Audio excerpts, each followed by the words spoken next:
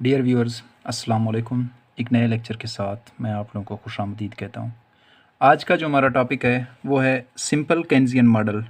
और simple Keynesian model में condition for equilibrium output आज हम स्टडी करने की कोशिश कर लेंगे। सिंपल केन्जियन मॉडल में condition for equilibrium output is the point when aggregate output becomes equal to the aggregate demand. जब y becomes equal to E, y is GDP and E mean aggregate demand, that is equal to C plus I plus G. तो meaning that y is equal to C plus I plus G। ये first equation है जिसमें condition for equilibrium जो है equilibrium level of output यहाँ पे होगा, जहाँ पे aggregate output becomes equal to aggregate demand. यानी जितनी इकोनॉमी के अंदर प्रोडक्टिविटी हो रही है उतनी ही इकोनॉमी के अंदर आगे डिमांड हो उस चीज़ की, एग्रीगेट डिमांड, तो वहाँ पे इक्विलिब्रियम लेवल ऑफ आउटपुट होगा। लेकिन चूंकि यहाँ पे सिंपल केन्जियन को हम डिस्कस करने की कोशिश कर रहे हैं, तो केन्जियन को डिस्कस करने के लिए कुछ अजम्पशंस को भी साथ लेके चलना होगा कि क्या क्या अजम्पशंस हैं जिसकी वजह से केन्जियन मॉडल सिंपल केन्जियन कहलाता है और जिसकी वजह से इक्विलिब्रियम लेवल ऑफ आउटपुट जो है होल्ड करता है। तो कुछ अजम्पशंस डिस्कस करने की कोशिश कर लेंगे। अजम्पशंस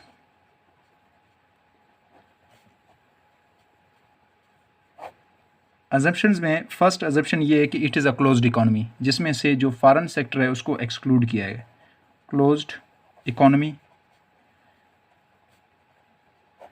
अगर क्लोज्ड इकोनॉमी है, फॉरेन सेक्टर नहीं है, तो मीन जिसमें से इसमें एक्सपोर्ट्स और इंपोर्ट्स नहीं है। अब अगर एक्सपोर्ट्स और इंपोर्ट नहीं है तो जीडीपी और जीएनपी के दरमियान कोई डिफरेंस नहीं है। ग्रॉस डोमेस्टिक प्रोडक्ट्स और ग्रॉस जो है नेशनल प्रोडक्ट, इनके दरमियान कोई डिफरेंस नहीं है। ये इस वजह से नहीं है क्योंकि जीएनपी और जीडीपी के दरमियान जो डिफरेंस है वो नेट फैक्टर पेमेंट्स का है। अगर फॉरेन सेक्टर नहीं है, नेट फैक्टर पेमेंट्स ज़ीरो के बराबर है, तो जीएनपी और GDP both becomes equal to each other. जो थर्ड अजम्पशन है वो है डिप्रिसिएशन इज़ एक्सक्लूडेड। डिप्रिसिएशन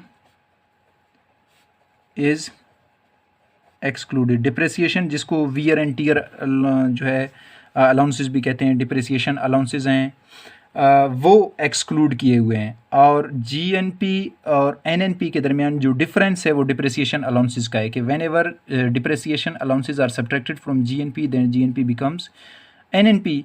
अब अगर डिप्रिसिएशन अलाउंसेस ही नहीं है तो जीएनपी और NNP both becomes equal to each other.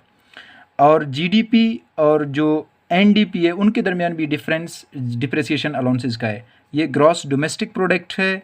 अगर ग्रॉस डोमेस्टिक प्रोडक्ट क्यों है? क्योंकि ग्रॉस लफ्ज़ इस वजह से है depreciation allowances are included in GDP.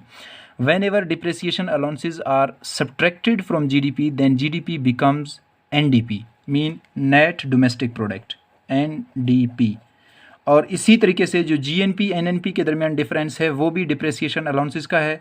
और जब डिफरेंशिएशन अलाउंसेस ही ज़ीरो हैं तो जीएनपी और जो एनएनपी है वो भी बराबर आ जाएंगे, यानी कि सारी चीज़ें आपस में बराबर आ जाएंगी क्योंकि डिप्रिसिएशन अलाउंस ही ज़ीरो है, नहीं है। फिर उसके बाद जो फोर्थ अजम्पशन है वो ये है कि primary indirect taxes are excluded. Primary indirect taxes are excluded. Primary indirect taxes अगर एक्सक्लूड किए हुए हैं तो GDP becomes equal to Y national income, meaning that national income और जो एनएनपी इनके दरमियान डिफरेंस किस चीज़ का है? वो इनडायरेक्ट टैक्सेस का है। When indirect taxes are subtracted then NNP becomes equal to national income. जब नेशनल इनकम इनडायरेक्ट टैक्सेस ही नहीं है, डिप्रिसिएशन ही नहीं है, फॉरेन सेक्टर ही नहीं है, तो इस वजह से जीडीपी और जो नेशनल इनकम है इनके दरमियान भी कोई डिफरेंस नहीं होगा। फिर उसके बाद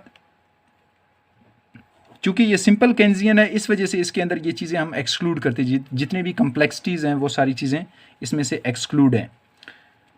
फिर उसके बाद prices and wages are not flexible. Classical market में हम जब स्टडी करते हैं तो वहाँ पे prices, wages and interest rate are flexible, लेकिन केन्जियन मार्केट में ये फ्लेक्सिबल नहीं है, ये रिज्ड हैं, और specially wages are rigid, downward case में दे हैव रिजिडिटी। फिर उसके बाद जो सिक्स्थ अजम्पशन है वो ये है कि all changes are real changes. Mean जो चेंज प्रोडक्टिविटी में है, एम्प्लॉयमेंट के ऊपर है, वो तमाम चेंजेस जो प्राइसेस में है, वेजेस में, वो रियल चेंजेस हैं। आउटपुट है, प्रोडक्टिविटी के ऊपर है, डिमांड के ऊपर है। तो ये थे कुछ अजम्पशंस, 5-6 अजम्पशन हैं जिनको हम सामने रखते हुए सिंपल केन्जियन मॉडल में इक्विलिब्रियम लेवल ऑफ आउटपुट को ड्रा करने की कोशिश करेंगे। तो equilibrium level of output Keynesian market में फर्स्ट इक्वेशन में ये है कि when aggregate productivity becomes equal to aggregate demand, y is equal to c plus I plus G. ये फर्स्ट इक्वेशन शो कर रहा है फर्स्ट इक्विटी, यानी कि इक्वेशन का केस जहाँ पे इक्विलिब्रियम लेवल ऑफ आउटपुट और प्रोडक्टिविटी है। फिर उसके बाद इस तरह के 2 और भी इक्वेशंस ड्रा करेंगे जहाँ पे जो केन्जियन मार्केट है, simple Keynesian, that is in equilibrium. अब हम अजम्पशंस में देख चुके हैं कि there is no difference between GDP and national income. तो we can say that national productivity also measures national income, क्योंकि जब इनके दरमियान डिफरेंस नहीं है, primary indirect taxes are excluded, और जो depreciation allowances they are also excluded. तो इस वजह से there is no difference between GDP and national income, then we can say that national productivity also measures national income. तो y is equal to c plus S plus T. इसको equation number 2 का नाम देते हैं। Meaning that कि जितने भी factors of पे, जो फैक्टर्स ऑफ प्रोडक्शन है, उनको रिवार्ड मिलता है, वो उस रिवार्ड को सेव कर लेते हैं, उसका जो कुछ पोर्शन है वो कंज्यूम कर लेते हैं, फिर उसके बाद इसका कुछ पोर्शन वो सेव कर लेते हैं किसी फाइनेंशियल मार्केट में, और जो कुछ पोर्शन है वो इनडायरेक्ट टैक्सेस के फॉर्म में वो फिर पे कर लेते हैं।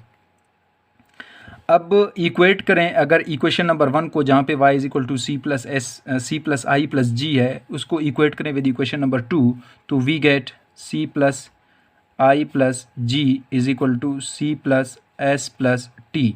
तो यहाँ पे c के साथ cancel, we get i plus G is equal to S plus T. अब यहाँ पे i plus G is equal to S plus T, जब I plus G becomes equal to S plus T, that is also equilibrium condition for output in simple Keynesian model। तो ये second equation है जहाँ पे equilibrium level of, इसको equation number 3 का नाम देते हैं। ये सेकेंड इक्वेशन है जहाँ पे आउटपुट जो इक्विलिब्रियम लेवल ऑफ आउटपुट है। अब what is I plus G? I plus G is injection. What is injection? Injections mean the factors that increases the national income, factors that increases the national income या capacity of national income को increase करते हैं, that is called injections. S plus T are called leakages. Leakages mean factors that reduces the capacity of national income. Whenever injections become equal to leakages या leakages become equal to injections, that is also the equilibrium point for output in simple Keynesian model। तो ये 2 equations हमने draw करी है equilibrium के case में। अब third one क्या है, देखें, हमने सबसे पहले इक्विलिब्रियम कंडीशन देखा जहाँ पे हमने कहा कि aggregate output, aggregate productivity becomes equal to aggregate demand, that is the equilibrium condition. फिर दूसरे में हमने देखा कि when there is no difference between aggregate productivity mean GDP and national income, then aggregate productivity also measures या aggregate product also measures national income. Actually what is aggregate product? Aggregate product है क्या जो national income को भी major कर रहा है, और जब एग्रीगेट डिमांड की इक्वल आ जाए तो वो इक्विलिब्रियम पॉइंट भी आ रहा है। तो ये y खुद क्या है? ये y खुद बराबर है y is equal to c plus I R plus G के बराबर है। कंजप्शन के बराबर है। What is consumption meaning expenditure on 3 goods या 3 sectors, on durable goods, on non durable goods and on services. जब इन तीनों चीज़ों पे हम एक्सपेंडिचर करते हैं, that is called consumption. Realised investment, IR mean realised investment. Realised investment mean actual investment in the economy during a specific period of time. Actual investment economy के अंदर कितना हो रहा है। और government expenditure meaning that the spendings of government on public goods और public services, तो ये गवर्नमेंट एक्सपेंडिचर कहलाते। अब जो हमने स्टडी किया था ये इन्वेस्टमेंट है आई, इट इज़ डिज़ायर्ड इन्वेस्टमेंट, और ये आई आर रियलाइज्ड इन्वेस्टमेंट, इन दोनों के दरमियान डिफरेंस है।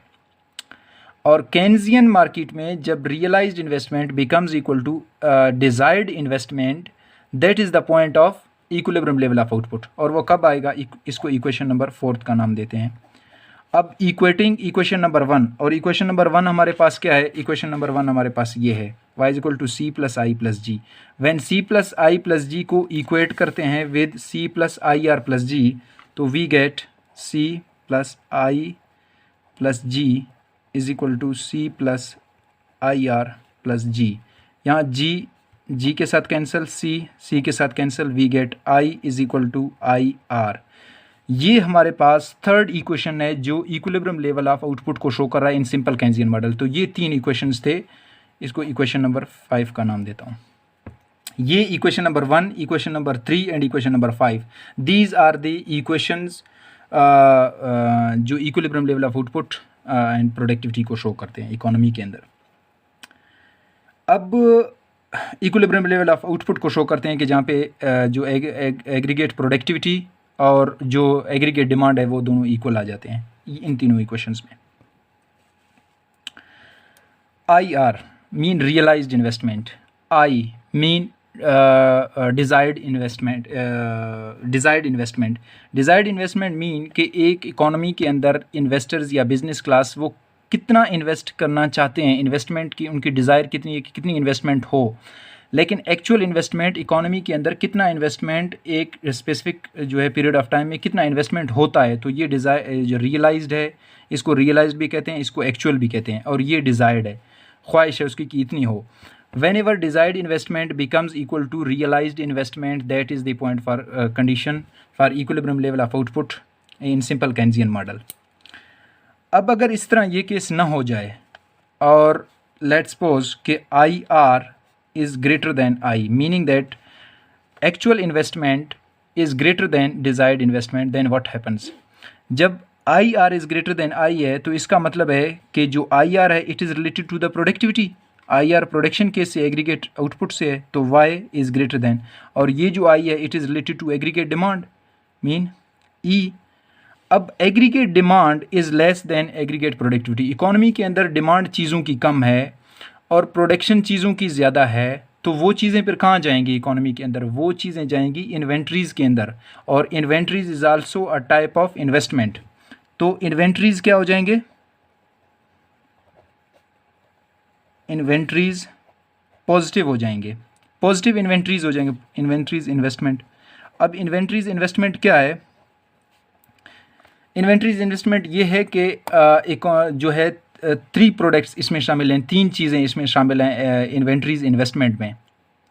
इन्वेंट्रीज़ इन्वेस्टमेंट क्या कहते हैं कि the difference between sale and productivity of the goods, एक साल में प्रोड्यूस हुए लेकिन उनकी सेल जो है नेक्स्ट ईयर में हुई है, तो ये डिफरेंस है, इन्वेंट्रीज़ में शामिल होते हैं। लेकिन कौन कौन से प्रोडक्ट्स हैं, फाइनल प्रोडक्ट्स शामिल हैं, यानी कि फाइनल प्रोडक्ट्स जो प्रोड्यूस हुए हैं इस ईयर लेकिन साल फाइनेंशियल ईयर ख़त्म हुई और वो सेल आउट नहीं हो सके, तो वो भी इन्वेंट्रीज़ में शामिल हैं। फिर उसके बाद वो गुड्स जो अंडर प्रोसेस ऑफ प्रोडक्शन थे, यानी कि उनकी अंडर प्रोसेस थे, उनकी प्रोडक्शन हो रही थी लेकिन फाइनेंशियल ईयर ख़त्म हो गया और वो इसमें इंक्लूड नहीं हो सके, यानी कि वो इसमें सेल आउट नहीं हो सके या मार्केट में नहीं आ सके, तो वो भी शामिल हैं इन्वेस्टमेंट में और जीडीपी में शामिल हैं इसी साल के। फिर उसके बाद वो गुड्स, इंटरमीडिएट गुड्स जो फाइनल गुड्स की प्रोडक्शन में यूज़ होते हैं, तो वो भी इन्वेंट्रीज़ के अंदर फॉल करते हैं। इंटरमीडिएट गुड्स जो कि फाइनल गुड्स की प्रोडक्शन के लिए यूज़ होते हैं, वो फाइनल गुड्स जो अंडर प्रोसेस थे प्रोडक्शन के लिए लेकिन फाइनेंशियल ईयर ख़त्म हो गया, वो भी इन्वेंट्रीज़ इन्वेस्टमेंट में शामिल हैं। और वो फाइनल गुड्स जो तैयार हुए थे लेकिन सेल आउट नहीं हो सके, इकोनॉमी के अंदर डिमांड कम होने की वजह से या किसी भी वजह से वो सेल आउट नहीं हो सके और साल ख़त्म हो गया, तो वो ये तीनों चीज़ें जो है इन्वेंट्रीज़ इन्वेस्टमेंट में शामिल हैं। तो इन्वेंट्रीज़ इन्वेस्टमेंट पॉजिटिव हो जाएगा क्योंकि पहले जितने भी इन्वेंट्रीज़ इन्वेस्टमेंट प्रोडक्ट रखे हुए थे अब मज़ीद और आ गए, क्योंकि प्रोडक्ट बढ़ गया, एग्रीगेट डिमांड कम है तो मज़ीद और आ गए, इन्वेंट्रीज़ इन्वेस्टमेंट बढ़ गया। अब इन्वेंट्रीज इन्वेस्टमेंट बढ़ गया तो इसका आउटपुट और एम्प्लॉयमेंट के ऊपर क्या इम्पैक्ट पड़ेगा? We can see that whenever inventories investment increases meaning that positive inventories, और जो बिज़नेस क्लास है या जो प्रोड्यूसर्स हैं वो देखते हैं कि अब इन चीज़ों की आगे डिमांड नहीं है, सप्लाई चीज़ों की ज़्यादा है लेकिन आगे उस चीज़ की डिमांड ही नहीं है, लोग डिमांड कम कर रहे हैं उस चीज़ की, तो वो क्या कर लेंगे, वो आउटपुट कम कर देंगे। आउटपुट इस वजह से कम कर देंगे क्योंकि सप्लाई ऑलरेडी बहुत ज़्यादा है, ओवर प्रोडक्शन का केस हुआ है, ओवर प्रोडक्शन है, सप्लाई बहुत ज़्यादा है, तो वो आउटपुट कम कर देंगे। आउटपुट कम कर देंगे, जो लेबर उन्होंने हायर किए थे या जो फैक्टर्स ऑफ प्रोडक्शन हायर कर दिए थे वो उनको फिर छुट्टी दे देंगे। तो इस चीज़ की वजह से whenever inventories are positive then output and employment decreases, कम हो जाएगी और ओवर प्रोडक्शन का केस हो जाएगा। लेकिन अगर इसका जो है रिवर्स केस हो जाए, I R is less than I, meaning that कि एक्चुअल इन्वेस्टमेंट कम हो जाए और डिज़ायर्ड इन्वेस्टमेंट ज़्यादा हो, तो इसका मतलब है कि प्रोडक्शन इकोनॉमी के अंदर कम हुई है और डिमांड उस चीज़ की ज़्यादा है। जब डिमांड ज़्यादा है तो इसका मतलब है कि प्रोडक्टिविटी कम हुई है, तो जो बिज़नेस क्लास है वो क्या करेंगे, जो इन्वेंट्रीज़ पहले से रखे हुए हैं वो उन इन्वेंट्रीज़ को फिर सेल आउट कर देंगे इकोनॉमी के अंदर। इस चीज़ की वजह से जो इन्वेंट्रीज़ हैं वो नेगेटिव इम्पैक्ट पड़ेगा इन्वेंट्रीज़ के ऊपर, इन्वेंट्रीज़ नेगेटिव में आ जाएंगे, नेगेटिव इन्वेंट्रीज़।